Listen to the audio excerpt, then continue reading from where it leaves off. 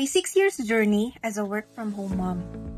Alam mo ba, 6 years ago, di ko naman talaga inisip na papasok ako sa online business. Katulad ng marami, curious lang din ako. Curious ako kung posible ba talaga magkaroon ng online opportunity habang nasa bahay, habang kasama mo yung pamilya mo. Sa totoo lang, nung una, wala akong idea kung paano gumagana ang online world. Wala akong alam sa funnels, wala akong alam sa digital products, wala rin akong alam sa content creation. Ang alam ko lang, gustong-gusto kong matuto. Pero, katulad ng marami, hindi naging madali ang journey ko dito. May mga times talaga na malilito ka kung paano ko ba talaga gagawin ito. May mga panahon din naman na parang ang dami-dami kong ginagawa pero wala naman akong natatapos. At minsan pa, naiisip ko na tama pa ba yung path na tinatahak ko. Pero alam mo ba, habang tumatagal, may isang bagay akong na-realize. Dito pala sa online journey, hindi dapat na magaling ka agad. Hindi ito tungkol sa pagiging magaling mo agad. Ito pala ay tungkol sa patuloy mong pag-aaral. And alam mo ba, sa lahat ng pagkakamali na nagawa ko, I learned that in every mistakes, it teaches you a lesson. And every challenge makes us stronger. At yun nga,